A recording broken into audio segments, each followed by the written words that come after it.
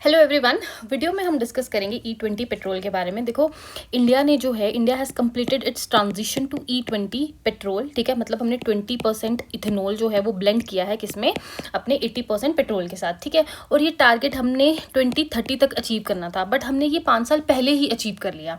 तो जून 2026 में जो है ये हमारे जो यूनियन मिनिस्टर है for petroleum and the natural gas Hardeep Singh Puri, तो इन्होंने लॉन्च किया E85 मतलब फ्यूल, जिसमें मतलब 85% इथेनॉल होगा एंड जो है 15% जो होगा वो पेट्रोल होगा न्यू दिल्ली में। तो उन्होंने जो है ये जो अनाउंसमेंट की E85 पेट्रोल की, इससे क्या हुआ, जितने भी जो हमारे ये मोटरिस्ट हैं दे आर वरिड, क्योंकि जो है यहाँ पे बात की जा रही है कि माइलेज पे बहुत ज़्यादा असर पड़ रहा है, प्लस जो है यहाँ पे कंज्यूमर कंसर्न्स रेज हो रहे हैं रिगार्डिंग देयर व्हीकल। ठीक है, जो व्हीकल के जो पार्ट्स हैं वो यहाँ पे जो है वो डैमेज हो रहे हैं। तो इसको डिस्कस करते हैं हमारे मेंस पॉइंट ऑफ व्यू के लिए। अगर GS3 में क्वेश्चन आ जाएगा तो हमने इसको क्या करना है। देखो, सबसे पहले अगर हम बैकग्राउंड देखें कि जो आइडिया लाया था इथेनॉल ब्लेंडिंग का, ये 2009 में लाया गया था in the national policy on the biofuels. ठीक है, ये भी आपको थोड़ा बैकग्राउंड पता होना चाहिए कि कब जो है ये चीज़ लाई गई थी, जिसमें एक टारगेट सेट किया था कि हम 20% इथेनॉल ब्लेंडिंग करेंगे बाय 2017 तक। और ये टारगेट जो है धीरे धीरे डिले होता रहा। फिर जब 2014 में मोदी गवर्नमेंट आया तो उन्होंने इसको प्रॉपर्ली जो है वो चैनलाइज किया, मतलब प्रॉपर्ली इस पर काम किया। फिर रिसेंटली जो है ब्लेंडिंग जो है वो जंप कर गई रैपिडली।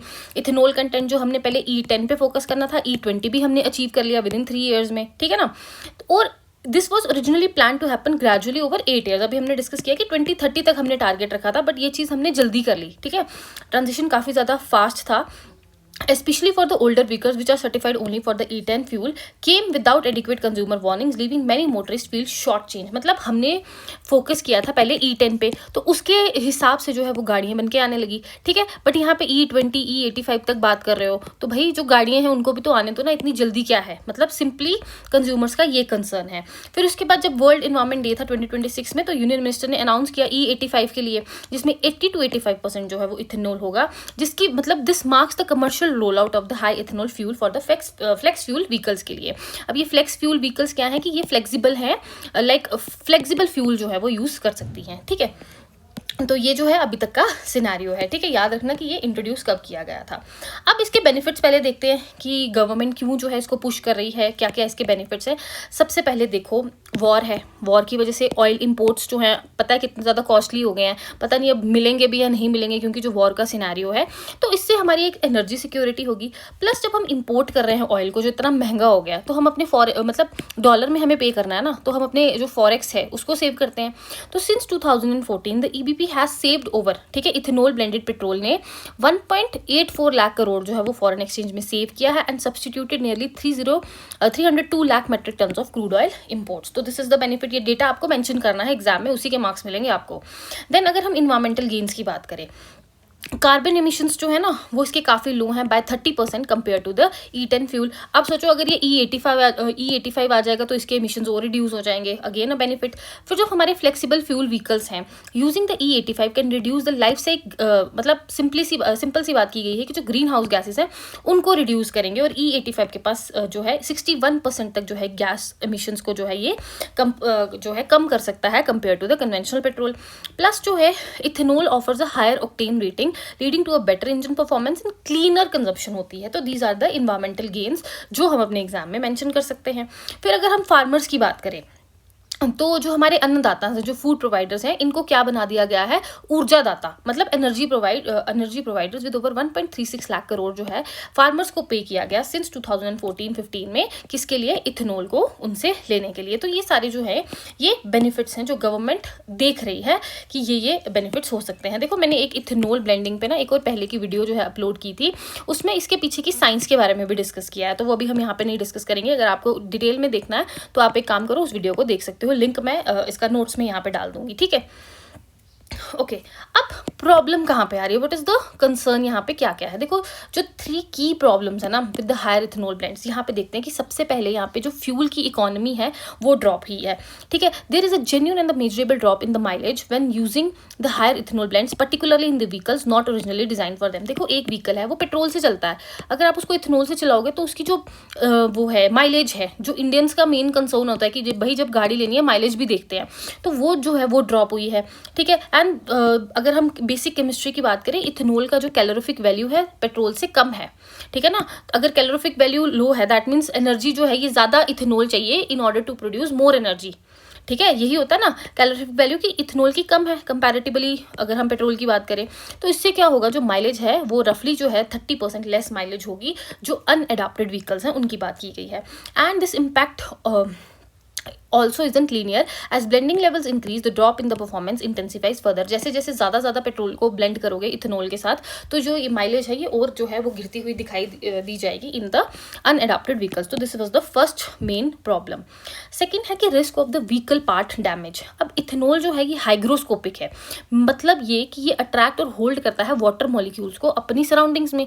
अब पानी है, पानी से कोरोजन होता है, जंग लग सकता है, ठीक है ना। तो ये जो ओल्डर व्हीकल पार्ट्स हैं उनको करोड कर सकती है, ठीक है। फिर जो है ethanol also burns at a higher temperature than petrol making the cars harder to start on the cold winter mornings. देखो कभी कभी क्या होता है, गाड़ी ठंड में बंद पड़ जाती है, ठीक है ना, उसको ज़्यादा टेम्परेचर चाहिए ऑन होने के लिए, ठीक है। अगर हम इथेनॉल की बात करें और पेट्रोल की बात करें, इथेनॉल को more energy is required to start a car, ठीक है। तो ये ज़्यादा टेम्परेचर पे बर्न करता है, ज़्यादा एनर्जी चाहिए इसको। तो जब सर्दियों में जब गाड़ियाँ बंद हो जाती है तो उनको स्टार्ट करने में और ज़्यादा दिक्कत आने वाली है, ठीक है। तो पहला हमने देखा कि फ्यूल इकोनॉमी ड्रॉप हो रही है, दूसरा हमने देखा व्हीकल पार्ट्स डैमेज होंगे, प्लस उसके साथ जो है ये जो इथेनॉल का जो मतलब ये बर्न करता है टेम्परेचर पे, तो कार्स जो हैं सर्दियों में जो है वो उनको मुश्किल हो जाएगी स्टार्ट होने में, ठीक है। नाउ जो थर्ड पॉइंट इसमें था कि no fuel choice for the consumers. देखो अभी हम ब्राज़ील का एक मॉडल पढ़ेंगे इसके बाद।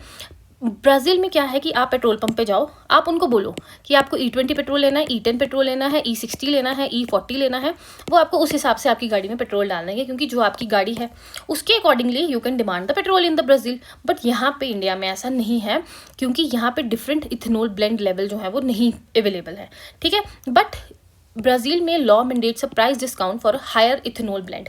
एक तो ये आपको कोई भी वैरायटी का ले सकते हो, दूसरा ये अगर ज़्यादा वैरायटी वाला लोगे तो उसके आप उस पर मतलब आपको जो है वो प्राइस डिस्काउंट मिलेगा। बट इंडिया में जो है ये ऑप्शन नहीं है and the motorist have to accept the switch without any corresponding price benefit, ठीक है। These are the main problems.